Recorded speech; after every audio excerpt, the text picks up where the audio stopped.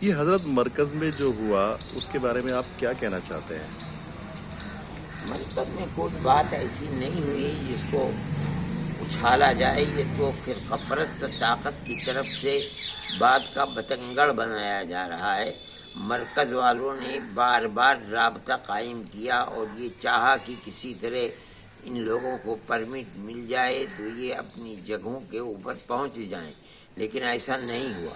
یہاں تک کہ پرائم منسٹر نے جب لاک ڈاؤن کیا تو یہ کہہ دیا کہ جو جہاں ہیں ان کو وہیں رہنا چاہیے. ان لوگوں نے اپنے مرکز کے اندر رکھا تو مرکز کے اندر تو ہمیشہ ہزاروں آدمی رہتے ہیں، جس کے اندر غیر ملکی بھی تھے اور ملکی لوگ بھی تھے. اب اس کے بعد اس چیز کا پھیل جانا ہے، یہ تو ایک عجیب و غریب سی چیز ہے. آپ اگر ان لوگوں کو دیکھیں گے جو لاکھوں کے ایک بھیڑ چلی جا رہی ہے، اپنی اپنی جگہوں پر پہنچیں گے اور دیکھیں گے کہ ان کے اندر ہر شخص کو ٹیسٹ کریں گے تو کتنے لوگ ہوں گے جن کے اندر کرونا وائرس پکڑے جائیں گے. اسی طریقے سے یہاں بھی ہوا ہے. تو مطلب آپ مانتے ہیں کہ مرکز نے حضرت کوئی کوتاہی نہیں کی؟ نہیں، مرکز نے کوئی کوتاہی نہیں کی. مرکز تو بار بار اطلاع دیتا رہا اور یہ چاہتا رہا کہ اجازت ملے تو ان لوگوں کو اپنی جگہوں پر پہنچایا جائے. یہ کوئی مرکز کی غلطی نہیں ہے. اگر نہیں دیا گیا تو جن لوگوں کو اجازت دینی چاہیے تھی ان کی غلطی ہے کہ انہوں نے کیوں نہیں اجازت دی. تو آپ کیا مانتے ہیں کہ ایک سازش کے تحت یہ سب کچھ کیا گیا؟ نہیں، میں سازش ان حالات میں نہیں کہتا ہوں. ان حالات میں ہر شخص پریشان ہے، لیکن میں یہ کہتا ہوں کہ جتنی توجہ دینی چاہیے تھی اتنی توجہ نہیں دی گئی.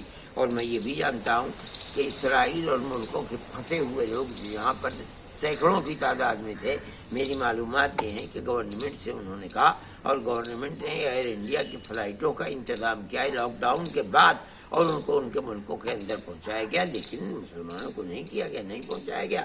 اس کی وجہ سے اب یہ ثابت کرنا کہ یہ بتانا دنیا کو کہ گویا کہ یہ آفت پھیلی ہی ہے تبلیغی جماعت والوں کی وجہ سے، یہ تو انتہائی ظلم اور بےہودگی کی بات ہے.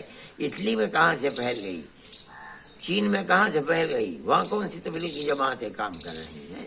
خدا کا خوف نہیں ہے لوگوں کے دلوں کے اندر، اس لیے اس طرح کی باتیں کرتے ہیں. لوگوں سے کیا اپیل کرنا چاہیں گے؟ میں لوگوں سے اپیل کرتا ہوں کہ اس مرض کا کوئی علاج اب تک نہیں دریافت ہو سکا، اس لیے احتیاطی تدابیر میں سب سے زیادہ مؤثر تدبیر یہی ہے کہ لوگ کسی جگہ اکٹھے نہ ہوں.